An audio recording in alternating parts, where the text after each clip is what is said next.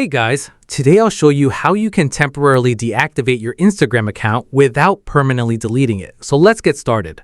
First, open the Instagram app and go to your profile. Next, tap the three-line menu in the top right corner to open your settings. From there, select Meta Account Center.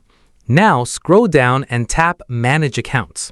Find the Instagram account you want to deactivate and tap Manage next to it. Next, select Deactivation or Deletion. Here, you'll see two options. You can either permanently delete your account or temporarily deactivate it. Select Deactivate Account, then tap Continue. Instagram may ask you to enter your password to confirm the change.